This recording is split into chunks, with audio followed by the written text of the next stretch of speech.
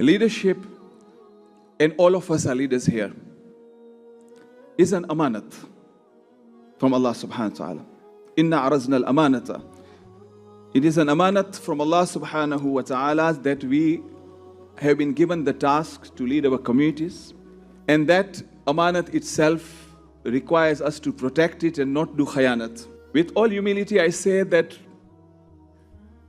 in every executive council meeting that I come, and I'm not trying to talk about myself, but as a matter of principle, which will help at least aspiring leaders and leaders who are already here, I remind myself of the letter that Amirul Mu'mineen wrote to Malik Ashtar. Imam Ali told Malik Ashtar, Ya Malik fa amlik hawak. 4 things only. I'll be very sure, I don't recite a majlis.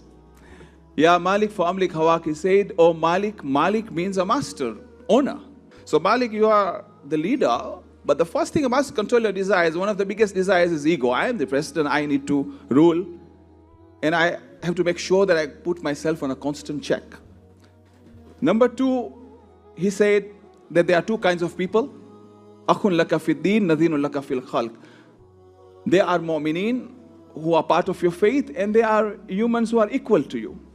So the respect to every human being is paramount for a leadership. Whether you like an individual or you dislike an individual, they are the lovers of the Ahlul Bayt.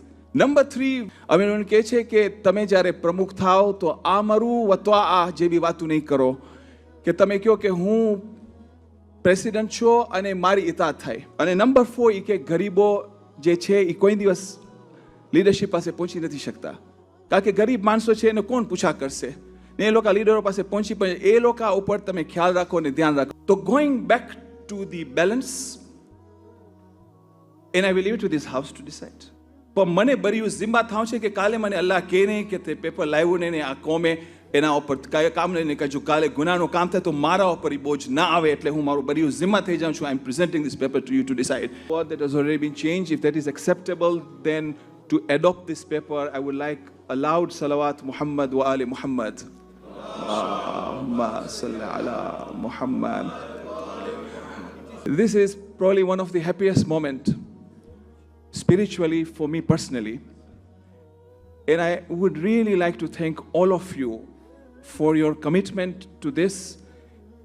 And it is the dawn of a new beginning in terms of our cognizance, inshallah, at least practically written. As you said, we always do it anyway, but now we have, so thank you very much. Marhum Mulla Asghar rahmatullah had that vision in 1990. Of course, we have gone a long way. It's the year of Mulla Asghar rahmatullah alayhi, so it is a big blessing. So let us end as we go to Zohrain and remember Marhum with Surah Fatiha.